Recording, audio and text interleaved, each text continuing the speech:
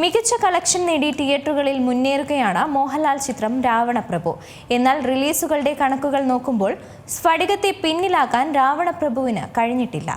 മോഹൻലാൽ ആരാധകർക്ക് ഏറെ സംതൃപ്തി നിറഞ്ഞ വർഷമായിരുന്നു 2025. പുത്തൻ റിലീസുകളും റീ റിലീസുകളുമായി ലാലേട്ടൻ ആരാധകർ തിയേറ്ററുകളെ ഇളക്കി മറിച്ചു എന്ന് തന്നെ പറയാം. ഏറ്റവും ഒടുവിലായി ഇപ്പോൾ തിയേറ്ററുകളിൽ പ്രദർശനം തുടരുന്ന രാവണപ്രഭു ഉൾപ്പെടെ 5 സിനിമകളാണ് മോഹൻലാലിന്റേതായി തിയേറ്ററുകളിൽ റീ റിലീസ് ചെയ്തത്. രാവണപ്രഭുവിന്റെ ഫസ്റ്റ് ഡേ കളക്ഷൻ റിപ്പോർട്ടുകൾ പുറത്തുവരുമ്പോൾ 70 ലക്ഷമാണ് ചിത്രം നേടിയത്. എന്നാൽ മികച്ച കളക്ഷൻ നേടുന്നുണ്ടെങ്കിലും സ്ഫടികത്തെ തകർക്കാൻ രാവണപ്രഭുവിന് ആയിട്ടില്ല. ഇതുവരെയുള്ള മോഹൻലാൽ റീ റിലീസുകളുടെ ലിസ്റ്റിൽ ആദ്യ ദിനം കളക്ഷനിൽ മുന്നിൽ നിൽക്കുന്നത് സ്ഫടികമാണ്. ഭദ്രൻ ഒരുക്കിയ സ്ഫടികം പുത്തൻ സാങ്കേതിക മികവോടെ തിരിച്ചെത്തിയപ്പോൾ ആദ്യ ദിനം 77 ലക്ഷം രൂപയാണ് നേടിയത്. ഏകദേശം 4 കോടിയോളമാണ് സിനിമ റീ റിലീസിൽ തിയേറ്ററുകളിൽ നിന്നും വാരിക്കൂട്ടിയത്. 2023 ഫെബ്രുവരി 9-നായിരുന്നു ചിത്രം തിയേറ്ററുകളിലേക്ക് എത്തിയത്.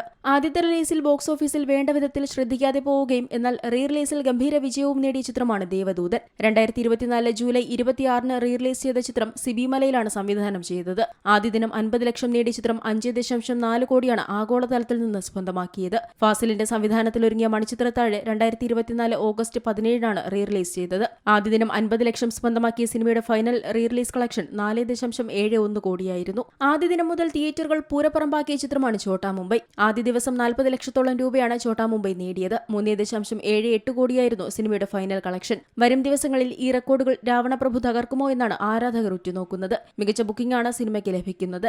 രഞ്ജിത്തിന്റെ സംവിധാന അരങ്ങേറ്റ ചിത്രമായിരുന്ന രാവണപ്രഭു 2001-ലാണ് തിയേറ്ററുകളിലേക്ക് എത്തിയത്. മംഗലശ്ശേരി നീലകണ്ഠൻ, കാർത്തികേയൻ എന്നിങ്ങനെ ഇരട്ടവേഷങ്ങളിലായിരുന്നു നടൻ സിനിമയിലെത്തിയത്. വസുന്ധരാദാസ്, രേവതി, ഇന്നസെന്റ്, നെപ്പോളിയൻ, വിജയരാഘവൻ, NF വർഗീസ്, സായികുമാർ, സിദ്ദിഖ്, മനോജ് കെ ജയൻ, ജഗദീഷ് ശ്രീകുമാർ, ജഗദീഷ്, സുകുമാരി, മഞ്ജുപിള്ള തുടങ്ങിയവരായിരുന്നു ചിത്രത്തിൽ മറ്റു കേന്ദ്ര കഥാപാത്രങ്ങളെ അവതരിപ്പിച്ചത്. സുരേഷ് പീറ്റേഴ്സ് സംഗീതം നൽകിയ ചിത്രത്തിന് ഗാനങ്ങൾ എഴുതിയത് ഗിരീഷ് പുത്തഞ്ചേരിയാണ്.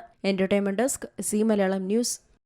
ഏറ്റവും പുതിയ വാർത്തകളും വിശേഷങ്ങളും വിരൽ തുമ്പിലറിയാൻ സി മലയാളം ന്യൂസ് എല്ലാ ഡിജിറ്റൽ പ്ലാറ്റ്ഫോമുകളിലും ലഭ്യം.